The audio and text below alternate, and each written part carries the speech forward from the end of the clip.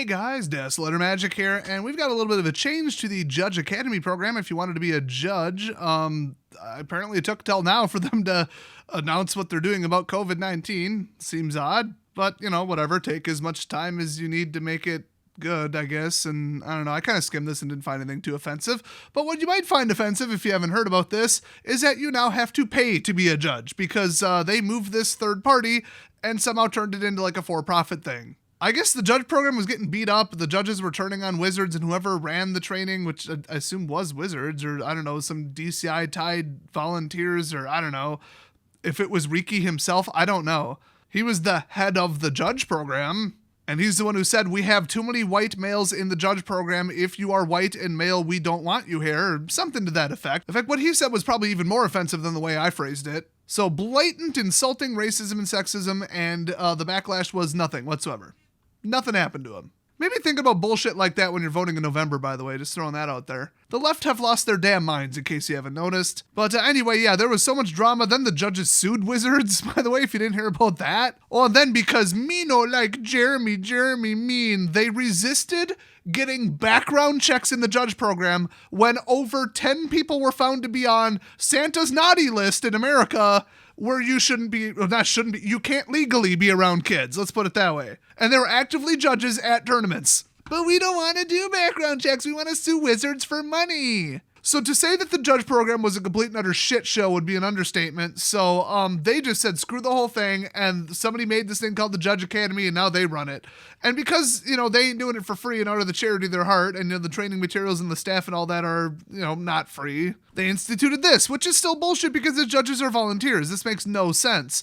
So if you want to be, and I got to use the last price screenshot I found because I just scoured their entire current website, and they've hidden it. It's buried. It's gone. But, okay, the last known prices, honestly, have probably gone up by now. If you want to be an RA, it's free or $50. I don't know if I ever figured out what that meant, so let's just assume it's $50. But yeah, if you want to be a rules advisor, which I believe is the minimum level to run F&M or something like that, I don't know. They kept changing that too, the requirement whether or not you needed a judge or you could be an RA, and whether you had to be a certified RA or just call yourself an RA, and it was just this whole thing. And now nobody's holding tournaments, so nobody cares. But if you want to be a level 1 judge, you got to pay $100. And you might think, $100 for the training materials. Okay, I've seen more expensive training materials. No, $100 per year just to maintain the level. Although that has changed right now. I mean, that's what I'm going to read is the changes. Because they're relevant to some of you if you want to be a judge, if you currently are a judge, if you're just wondering what the hell's going on. They just released this statement today, too, by the way. So this is hot off the presses. But you're probably wondering, what about level 2 and 3? Level 2, $200 a year, and level 3, $400 a year. The renewal might be different. I don't know.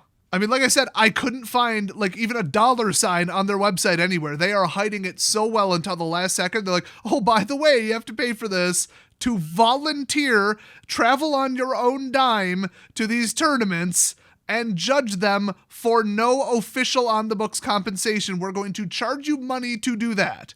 But they get compensated with an enormous amount of promos that, judge-only promos that are, usually worth quite a bit of money.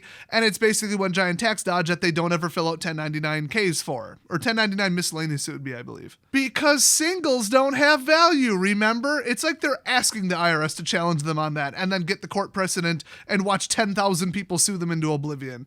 I wouldn't have played with fire that close if I were them. Everybody knows the judges are getting paid in cards, and if they have enough money, they keep the cards, and if they don't, they sell the cards to pay for their travel and lodging. We all know this. But, as of early this year, I believe it was, Channel Fireball Events has shut down. They are no more. So there is no longer a company who can run official GPs in Magic Fest. And Star City Games pulled out, 2 years ago? They're just like, we're done doing this. And then they just run their own ones, which somehow are better attended, more efficient. And they're literally doing the same thing, but without the official sanction of Wizards. And it doesn't make sense to me how they're like, it's too expensive, we can't keep doing it. And then they pull out of the program and then keep doing it. I don't know. I think they just didn't like what Wizards wanted them to do or something. I don't know if we'll ever find out the truth about that. But yeah, this whole competitive play thing is quite bad right now. And as soon as it resumes, well, let's just say, in my opinion, it can't. Ever.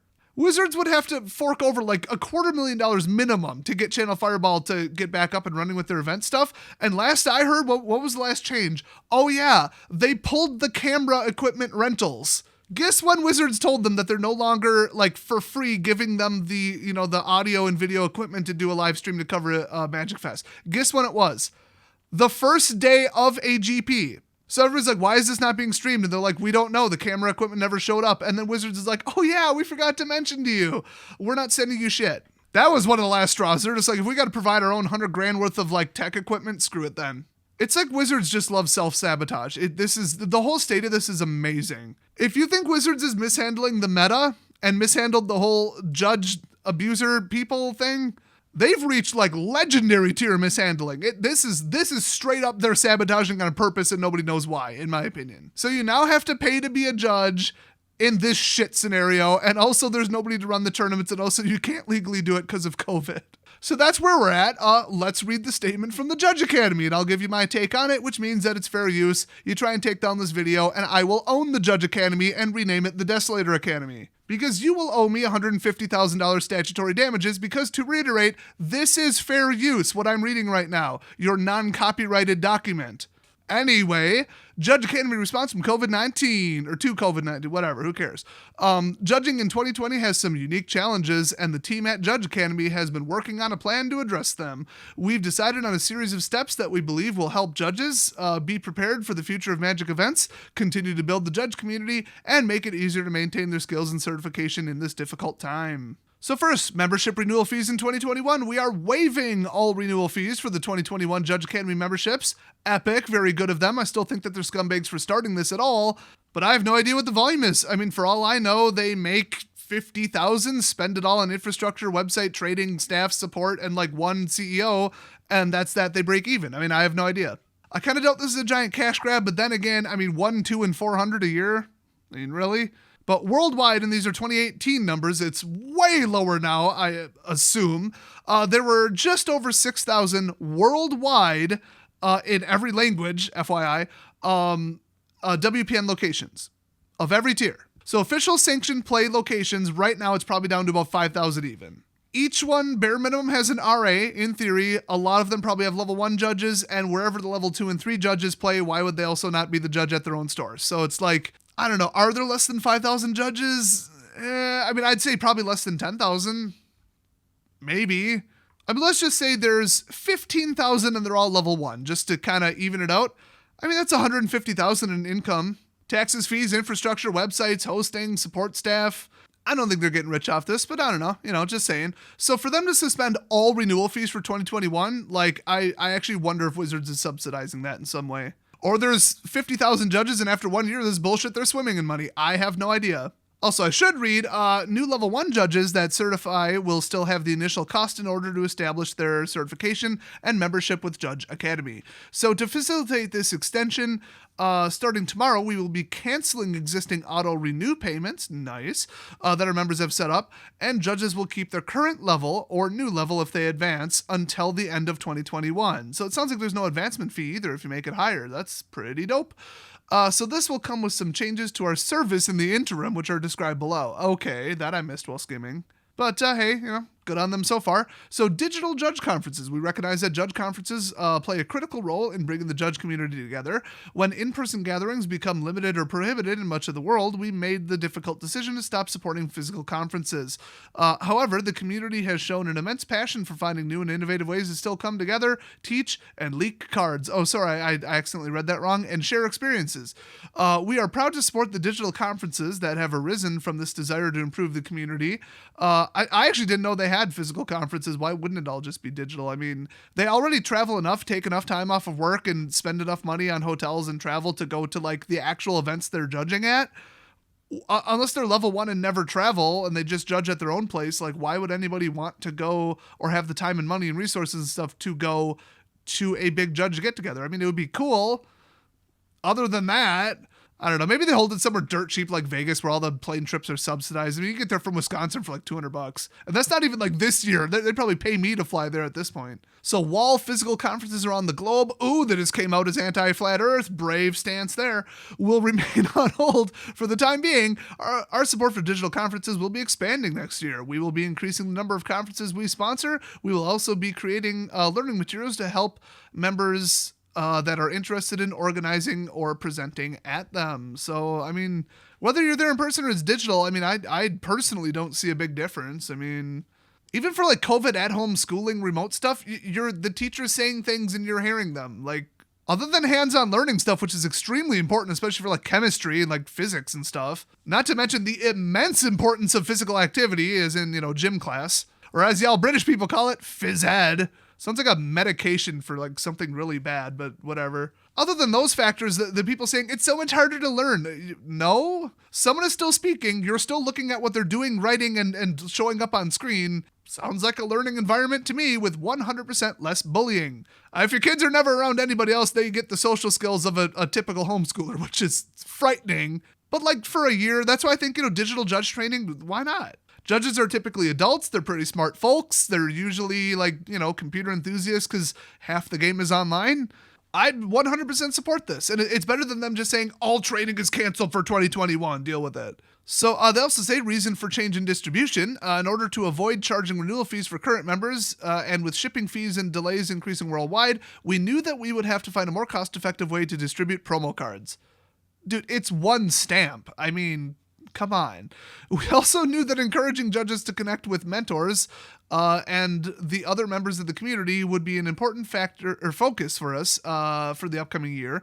The conclusion we came to is one that we believe accomplishes both of these goals while maintaining our commitment to serving our members. Kind of flowery language nonsense. Basically, shipping delays, COVID, I don't know, judges are in every country, whatever. I mean, an international stamp to send something up to 2 ounces, which is like up to 4 cards in top loaders in a paper envelope with no tracking, is like $1.10 US. I mean, come on.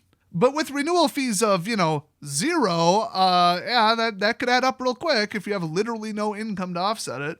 So next section, community consultants. In 2020, we relied on community consultants for advice on conferences and testing, as well as insight into regional communities. However, with the dramatic reduction in revenue for 2021, we've had to reevaluate Judge Academy's expense and reallocate the resources we do have available. One of the things that this means is that when the current community consultant contracts end, we will not fill these roles. Well, yeah, they don't need them except for digital. I mean, that makes perfect sense. Everybody's butthurt about it. COVID, I mean, just saying, like, everybody's not happy about this.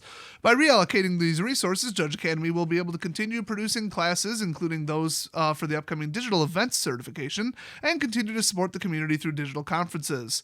I think all testing had to occur in person for some of these judge things, I think. I thought I saw a screenshot of an online one, so it makes sense that they got to kind of really change this up. Anyway, while we will be utilizing contractors in geographic areas where shipping requires us to have extra help for conference support, the roles previously filled by the community consultants will be handled by employees of Judge Academy directly. See, that makes sense. Because you already got to pay them regardless, might as well give them something to do.